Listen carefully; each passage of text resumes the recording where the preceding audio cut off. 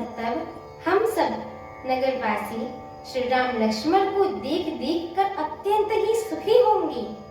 हे सखी, जैसा श्री राम लक्ष्मण का जोड़ा है ना, वैसे ही दो कुमार राजा के साथ और भी हैं। वे भी एक श्याम और दूसरी गौर वर्ण के हैं। उनके भी सब अंग बहुत ही सुंदर है। जो लोग उन्हें देखते हैं वे सब यही कहते हैं।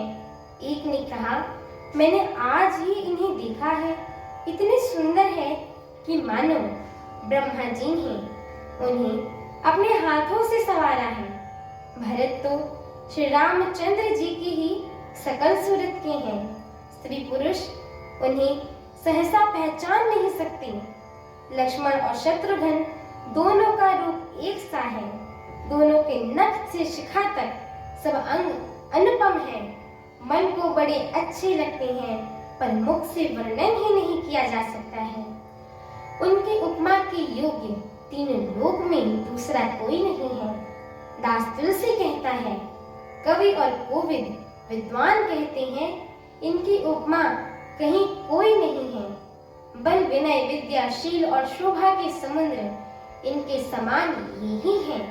जनकपुर की सब स्त्रियां आंचल फैलाकर विधाता का यह वचन विनती सुनाती हैं कि चारों भाइयों का विवाह इसी नगर में हो और हम सब सुंदर मंगल गाएं। नेत्रों में प्रेमाश्राओं का जल पुलकित होकर शरीर से स्त्रियां आपस में कह रही हैं कि हे सखी, दोनों राजा पुण्य के समुद्र हैं। त्रिपुरारी शिव जी सब मनोरथ पूर्ण करेंगे। इस प्रकार सब मनोरथ कह रही हैं और हृदय को उमंग उमंग कर उत्साह पूर्वक आनंद से भर रही हैं। सीता जी के स्वयंवर में जो राजा आए थे, उन्होंने भी चारों भाइयों को देखकर सुख पाया। प्रभु श्री रामचंद्र जी का निर्मल और महान यश कहते हुए राजा लोग अपने अपने घर गए। इस प्रकार कुछ दिन बीत गए। जनकपुर निवासी और बाराती सभी बड़े आनंदित हैं। मंगलों का मूल लग्न का दिन आ गया। हेमंत ऋतु और सुहावना अगहन का महीना था। ग्रह तिथि नक्षत्र योग्य और वार श्रेष्ठ थे।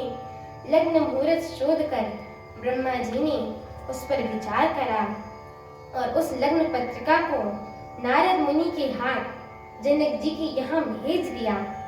जनक जी ने ज्योतिषियों से भी वही गणना कर रखी थी।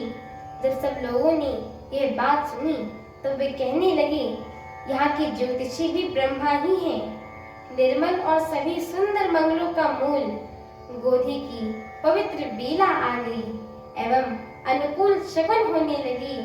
ये जानकर ब्राह्मणों ने जनक जी से कहा, हमारी आगे की श्री राम कथा को सुनने के लिए हमारे चैनल को लाइक शेयर सब्सक्राइब एवं कमेंट अवश्य करें। एवं आप सभी भक्तगणों के लिए एक अत्यंत ही सुंदर सूचना भी है कि आज मेरा जन्मदिन है, यानी 15 अक्टूबर तिथि एकादशी संवत 2013 दिन मंगलवार को, यानी आज के दिन ही मेरा जन्म हुआ था।